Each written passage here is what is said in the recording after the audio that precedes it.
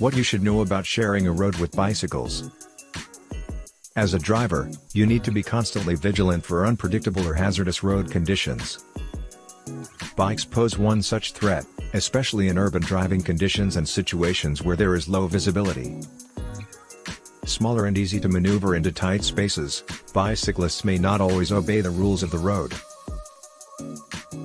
Yet when you collide with a bike, you can cause serious damage, especially if the cyclist isn't wearing a protective helmet.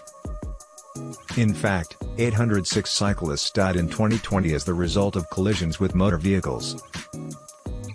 Here's what to know about sharing a road with bicycles so that you can avoid accidents and deadly collisions alike. What to expect when sharing a road with bicycles. You can't always count on cyclists to behave predictably, but they do have to abide by certain rules of the road. Bikes are only required to stay to the right-hand side of the road if the lane is wide enough to accommodate both a motorist and a cyclist. They can also ride in the center of a lane to move around parked vehicles and other obstacles. Bike riders must abide by the same rules of the road that motorists do.